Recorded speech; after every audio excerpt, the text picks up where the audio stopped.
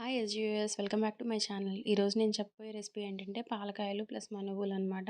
మనువులు అంటే ఏం లేదండి, చక్రాలు. మేము అలా పిలుస్తాము వాటిని. ఈ 2 ఒకటే పిండితో చేసుకోవచ్చు. అవి ఎలాగో నేనిప్పుడు చూపిస్తున్నాను మీకు. రండి వీడియోలోకి వెళ్ళిపోదాం. దీనికి కావాల్సిన ఇంగ్రీడియంట్స్ వచ్చి 1 కప్ బియ్యపిండి, 4, 5 స్పూన్స్ పుట్నాల పౌడర్, ఇంకా మిరప్పొడి, దానికి తగినంత సాల్ట్ వేసుకోవాలండి.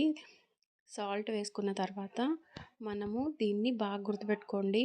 నీళ్ళతో కాదు, వాటర్తో మిక్స్ చేసుకోకూడదు, పెరుగుతో మిక్స్ చేసుకోవాలి. పెరుగు అంటే మరీ పలచగా ఉండకూడదు, మరీ చిక్కగా ఉండకూడదు.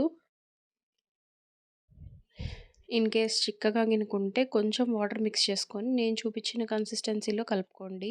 చూడండి, ముద్ద కలిపిన తర్వాత ఎలా ఉండాలో నేను ఇక్కడ చూపిస్తున్నాను. అదే విధంగా మీరు కూడా కలుపుకోండి. అప్పుడే చాలా బాగా వస్తాయి అవి. ఇక్కడ నేను చూపిస్తున్నాను చూడండి, చేతికి అంటకుండా కొంచెం ముద్దగా వచ్చేటట్లు అట్లా కలుపుకోండి. దాని తర్వాత ఒక 5 మినిట్స్ ఈ కలిపిన పిండిని మూత పెట్టేసి పక్కన పెట్టేసేయండి.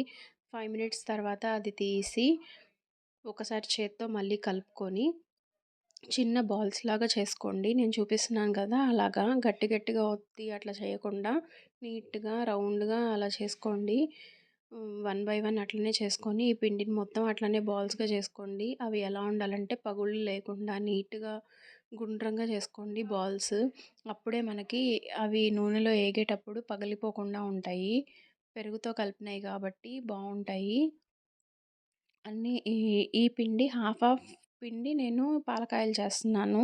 చూసారు కదా, చేసుకున్నవన్నీ ఇలాగా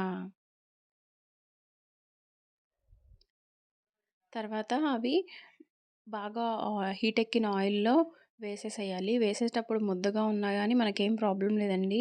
తీసేటప్పటికి అవి బాగా కాలిన తర్వాతకి ఇలా విడివిడిగానే వచ్చేస్తాయి. తర్వాత నెక్స్ట్ హాఫ్ పిండికేంటంటే నేను 2 స్పూన్స్ వామ్ వేసుకున్నాను. మనుబులు అని చెప్పాను కదా, వాటిట్లోకి వామ్ బావుంటుంది. అది వేసుకొని మిక్స్ చేసేసుకొని తర్వాత మనువులు చేసే దాంట్లో పెట్టేస్తున్నాను. పెట్టేసిన తర్వాత నేను చిన్న చిన్నవి ఇట్లా ఒత్తుకొని చేసుకుంటానండి. డైరెక్ట్‌గా ఒకటే పెద్దది చేయను.